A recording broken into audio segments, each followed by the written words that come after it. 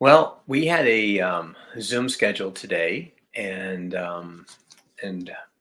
someone suggested, well, why don't we just broadcast? And instead of having this private event that people had to register for, why not just go ahead and push the content out and make it available? And so that is exactly what we're going to do. So the question you may have is, what is this topic about? And in essence, we were really looking at my team and I were looking at, what is it that we're going to talk about today? And part of it had to do with, well, how do you deal with limitation?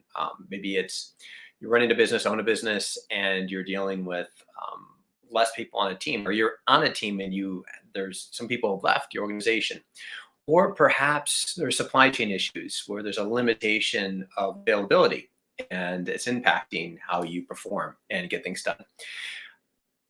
Regardless of any of these limitations, I'm going to put them in a category of navigating decisions.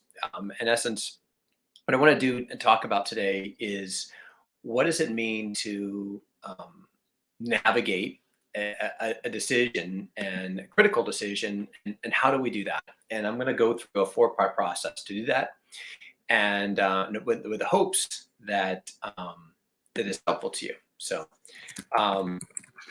We're going to call this critical decision making, and that's what we're going to call this. All right. Um, so let's get into it. I spelled decision making wrong. Look at that. Oh man, can you believe that already? Oh, so we'll make that go away. Let's get into the four pieces. The first thing is you're faced with a decision, right? A constant decision where you want a level of discernment, right? And the first piece is step one is we want to ground ourselves. And I think I just like let's step back. What is a decision first? I think that's probably relevant. A decision, if you look at the root of the word decision, it's got de and it's got cedre, which is the two root words from Latin. The first one is off, and the other one is to cut. So in essence, what we're talking about is we're cutting off. We're removing. What are we cutting off? What are we removing? Well, we're cutting off and removing our options. Once we decide something where there really isn't anything else to consider. So we want to remove all other possibility. In order to get to the space, though, typically what ends up happening is, well, we're potentially in a place where we're faced dealing with something we don't want, right? Maybe something we don't like. And oftentimes that comes with stress, it comes with unhappiness, it can come with worry, it can come with concerns, and all sorts of this energy that we really don't want to be in. So the first step I really want to recommend we do is we get grounded, and we want to break out of the energy of where we are or the state that we're in, the type of thinking that we're in, because if you're navigating, I often say you can't get to where you want to go while you're also trying not to be somewhere else. If you're focused on not being over here, it doesn't necessarily mean that you're going to get to where you want to go, which might be over here. So let's get grounded. And we say, okay, well, how do we do that? Well, we some other topic another time, but in essence, it's getting into a state of flow. It's getting out of your head. It's getting into your body. It's, maybe it's going for a walk first. Maybe it's going to church. Maybe it's devotional time that you have. Maybe it's meditation, something that is going to disconnect you from the illusions that you're holding about the problems that you have. And because we want to come in with a clean slate. I'm sure you've often heard you cannot solve the problems that you have today, the same level of thinking that you've had there have created. So we need to break out of that level of consciousness. We need to break out of that state, the energy of the emotion that we might be in, so that we can pursue this differently. So that's the first step. Step number one. Okay. Ground yourself. The second step is, did I say four steps? I have five. So step number two. What we want to do next is we want to get very clear in what we're looking to create. Now, this does not mean that, like, we say, well, what do you mean I want to create? I want to solve this problem about staffing. I want to solve this problem about supply chain. No, no, no. I want you to get bigger than that. I want you to scope out and I want to get into your vision of what you want your life personally and your business to look like. It's really good to get back to that. Now, if you haven't done that, um, we have a process to do so. You can reach out to us to get the workbook, but in essence, um, you want to really architect the life that you want to live, bottom up, and which includes personal and then professional. And this is really important because this is your compass, and our compass helps us make decisions. Um, Period. Because we don't, it's like it gives us that general direction that we want to go at. And also in this process, in the vision workbook, we have a core value, the process to distill your core values. Your core values, we want to keep them in integrity when navigating the decision making process. If we're not, it's going to be a problem. If you're making a decision that's going to go against what you want, you're not going to be happy. And I'm working with uh, folks in the succession project, and what we're navigating, getting clear on what they want, and then let's say they pass the business on to their kids, or they sell the company, but then they end up in a place where their lives are miserable. Then what's the point, right? It's totally not aligned. So we're not getting into the how here. Okay, this is the key piece. We get grounded. We go into step two: core value, clarity, and vision definition. We really get clear on what we're trying to create with our lives, short term, mid-term, long term. What do we want things to look like? This is really important. Step number three. I call step number three finding reality. And in essence, I want you, the exercise looks like this. I want you to create two columns. Column one is, what am I observing? I'm observing that our sales are up 15%. I'm observing that we're short people and we're behind 30 days in delivery. Whatever it is, I'm observing our costs have gone up 15% and we haven't passed that on to our customers, and our margins have eroded to 7% when they should be operating at 18. I'm just throwing out ideas, right? These are things that you could be observing. They're just black and white facts that if someone else came in and had some sensory acuity and just could pay attention to what's going on, they'd say, okay, yeah, yeah, I can confirm these things. These things are really reality. Yeah, that's observing that. There's no judgment when observation. There is no judgment. It's just an observation. That's the first column. The second column is, what's the story behind the observation? This is where we get into, well, this means we're screwed. This means we're not going to make our sales. This means I'm not going to replace this person, or it's going to take me forever to replace this person, or I'm going to have to work 3 times as hard in order to get this business to grow 15% because that's what I've had to do up till now based upon my past experience. These are all the things that can happen in our story. A story is really, it's our illusion about what reality is and what's necessary to change that false reality. It's a bit of a double cluster, isn't it? So here is what's really essential. When we're looking at a story about a situation, very important that you bring someone else in here in this particular step three that is not biased, that is not tied up in what you're tied up in, who's not wearing, is actually someone that's got a higher level of thinking, someone that's got, not to say high level thinking, but someone that's got different perspective, someone that's going to challenge you on your bullshit, someone that will just point out, like, well, really, is this really the case, or is it this? Because in essence, I mean, you can look at, I just think back to, when I worked at 3M, and for example, so 3M invented masking tape many years ago. And so then about, I don't know, 25, 30 years ago ish, 3M reinvented masking tape by creating a blue, Scotch blue masking tape. And it was revolutionary.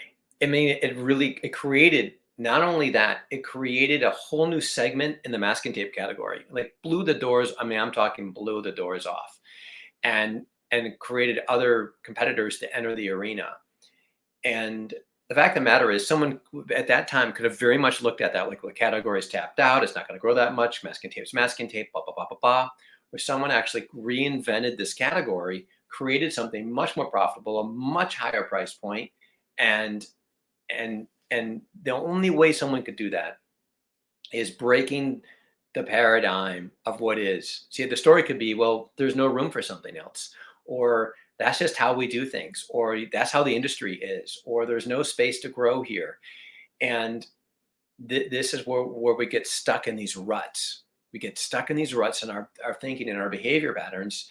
And it's like Groundhog Day over and over and over again. And the only way out of Groundhog Day is to get clear on where your stories are and to challenge the stories, and having someone remove the blinders so that you can see what it is that you've defined as your limitation. It's kind of like your why not, or why isn't this working, or what the real problem is, when the problem could necessarily be is an illusion. So that's step three. Step four. Step four kind of goes down to is, we want to get into not only why it matters that we make this change, or that we look to break what it is, but I want you to ask yourself this question in this step. What is it that you're resisting? Oftentimes, when we're presented with a challenge or a problem and we're looking to drive change, some part of us is against what that might change my life. Maybe it's standing up a new product, maybe standing up a new service, maybe it's adding new people on the team and investing in back in the business. Maybe it's selling the company. Maybe it's reinventing yourself and doing something completely different with your life, but you're resisting it because you're scared. You're resisting it because you're afraid of what might happen if it doesn't go well and you fail.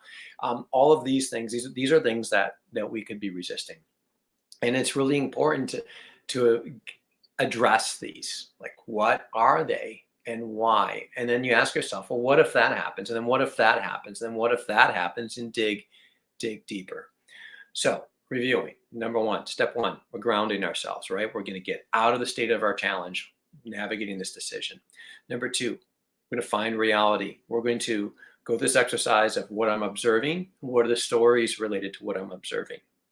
And I'm going to bring someone in to help me call me on my stories and my illusions, and where I'm delusional, if you will. Here's where our limiting beliefs are lie, right? In the stories where the limiting beliefs about ourselves, and the limiting beliefs about what's possible. The two biggest limiting beliefs that exist about us and about what's possible. Those are the two. The next step, what are you resisting, right? Why does this matter, and what am I resisting? Okay, what am I not willing to change? Where am I not willing to adapt? The faster we can adapt, the faster we can change.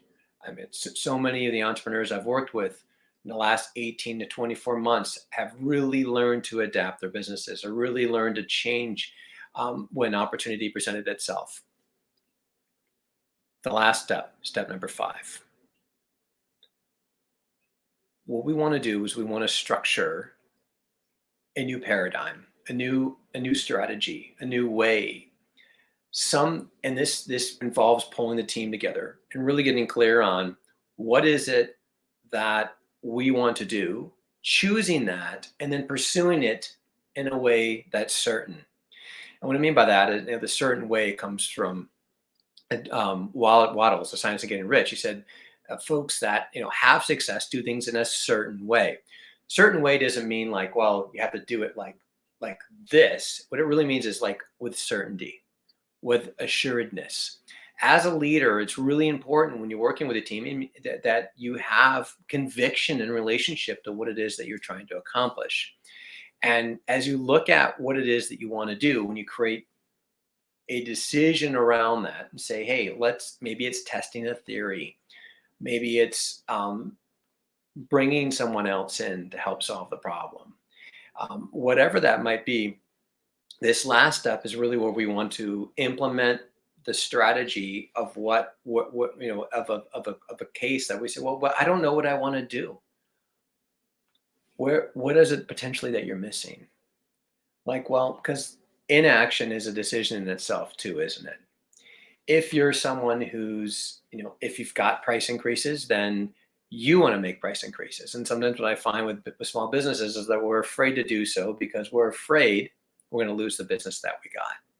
Right. So there's the fear, right? There's the story. Now, we haven't proved that that's going to be the case. I remember so often in price increases when I don't really know too many salespeople who like price increases. But yet right now, I mean, geez, I just spent $80 filling up my gas tank. I mean, prices are higher than they were a year ago. It's the reality that we're living. The easiest time to increase prices is when everyone else is increasing prices. People are probably getting sick and tired about supply chain. Well, regardless, being honest of where you're at, maybe it's changing your manufacturing resources. Maybe it's resourcing somewhere else. Maybe it's in the sales process, not promising something you can't deliver. There's so many ways that we can change, modify, and alter what it is that we're doing in order to get different outcomes. But you have to have the belief that you can find a way and overcome whatever it is that you're challenging around this key decision. And then you basically you look at the challenge as you get into step 5 and you say, what am I deciding to believe, and what's the strategy I want to implement? A gut check against that. And if for some reason I'm off on my gut, then I need to go back and I need to ask myself, is it my head or is it my gut? Because what ends up happening is that when we get in our head, that's where the fear is. The gut's a response of like, there's energy here coming up. Am I in on this or am I not? In my head is where I start looking at the pictures of what can go wrong and how this isn't going to work, or how so and so did X, Y, and Z, or whatever that might be. So in key decision making and overcoming these challenges with limitation, I challenge you to do things in a certain way, and in a way that you check in with yourself and get assured. I think when you're working and building with the team, you look at, you got folks around you. Folks want to work on teams today. And I'll kind of close with this idea because I think it's really important, especially if you're in a business right now in a company where you're wanting to grow and bring more people on and retain your key people, which is a very common topic right now. One of the things that I find is that folks aren't being able to answer these 3 questions. Here's the 3 questions you want to ask yourself if you got folks working with you for you. One is, folks that work for me, do they know I care about them? Do they know I care about them? And how do I know that they know I care about them? If you care about your people, do they know that you care about them? And how would you know if they did? Second one is, can they trust you? And do they feel that they can trust you? Do you know that they can trust you? And how do you know that they feel that they know they can trust you? And the third one is, and this is one most leaders miss, is, can you get them where they want to go, or can you help them get to where they want to go? And the only way you can help someone get to where they want to go is if you know where they freaking want to go. And do you know where they want to go? Do you know what they're looking to accomplish in their lives?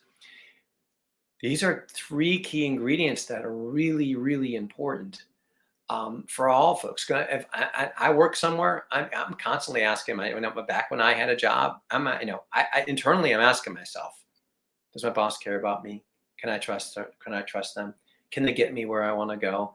And oftentimes it'd be like, yes, yes, no, or yes, no, yes. I mean, it just really depended on the person I was working for. And I believe as leaders and business owners, we have a responsibility to help people get to where they want to go. And people today want to live lives that are enriched and full and balanced. And you're providing a business environment to do that. If you're operating with less resources and you're asking people to do more and you've got the burnout thing going, to me, that's a big problem because people are going to opt out of that. They're going to go. There's so many other options out there today, places to go, places to work, things to do.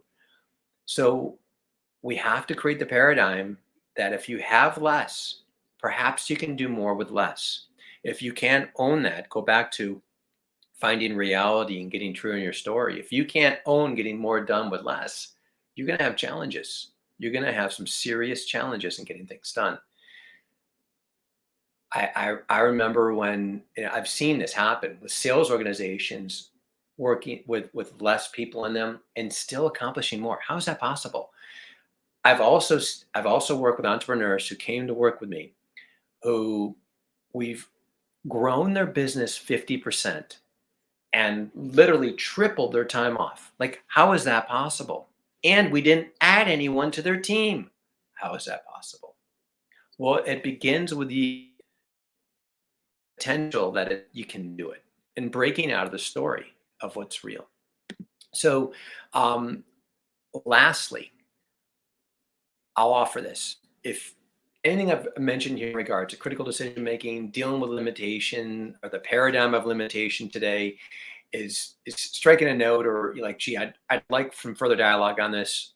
Just quick invitation, chrisyanker.com/alchemy. You can go ahead and just fill out a form. It'll come to us, the Center for Conscious Living, and we'll respond to you and get back to you and help you with your inquiry. Whether that be getting you some resources, getting on the phone, bouncing things back off of one another, we're here to help. And this is an exciting time to be alive. It's been a challenging 18 months, very challenging, and the challenges aren't over. The supply chain issues aren't over. The price increases aren't over. The disruption of the work organization, the great resignation isn't over. But for strong leaders and organizations who want to create something amazing, there is a huge ripple of folks today that are consciously wanting to invest in businesses and working with and invest in careers. So what I mean by that is, like, the level of consciousness is going up. People are making their own decisions differently in regards to who they work for and why, and the purpose that they bring to their job, as well as where the businesses they support financially and what's behind those businesses they support. That is where we are today. And it's an exciting time to be in business, but we have to break the paradigms of the past when making decisions if we do not want to repeat history. I'm Chris Yanker. Thanks for joining me. I hope this is helpful.